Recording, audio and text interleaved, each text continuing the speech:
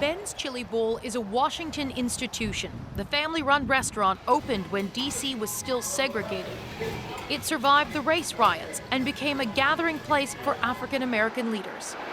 All of a sudden, this hit, and it just flipped us upside down. The flagship location remains open for takeout, but the family's 3 other restaurants are closed and may never reopen. I'm sure everyone does. So we want to hold on, and we will just have to see how that looks. The hospitality and service industries suffered the most, according to the April labor report.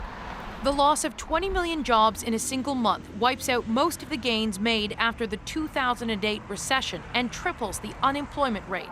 A week into May, and there are predictions this will get worse.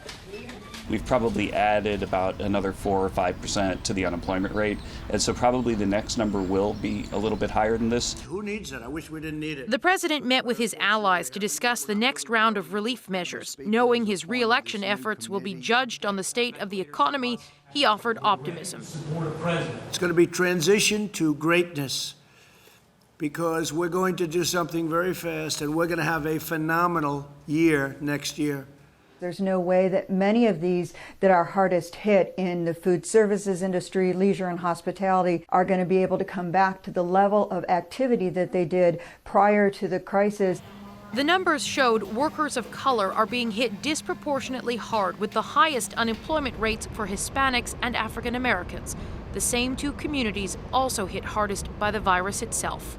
It's sad. We're saddened by it. That's one of the reasons it's so important for us to be here. There is one point of hope. Of the 20 million people now jobless, 18 million said they don't expect it to be permanent. Katie Simpson, CBC News, Washington.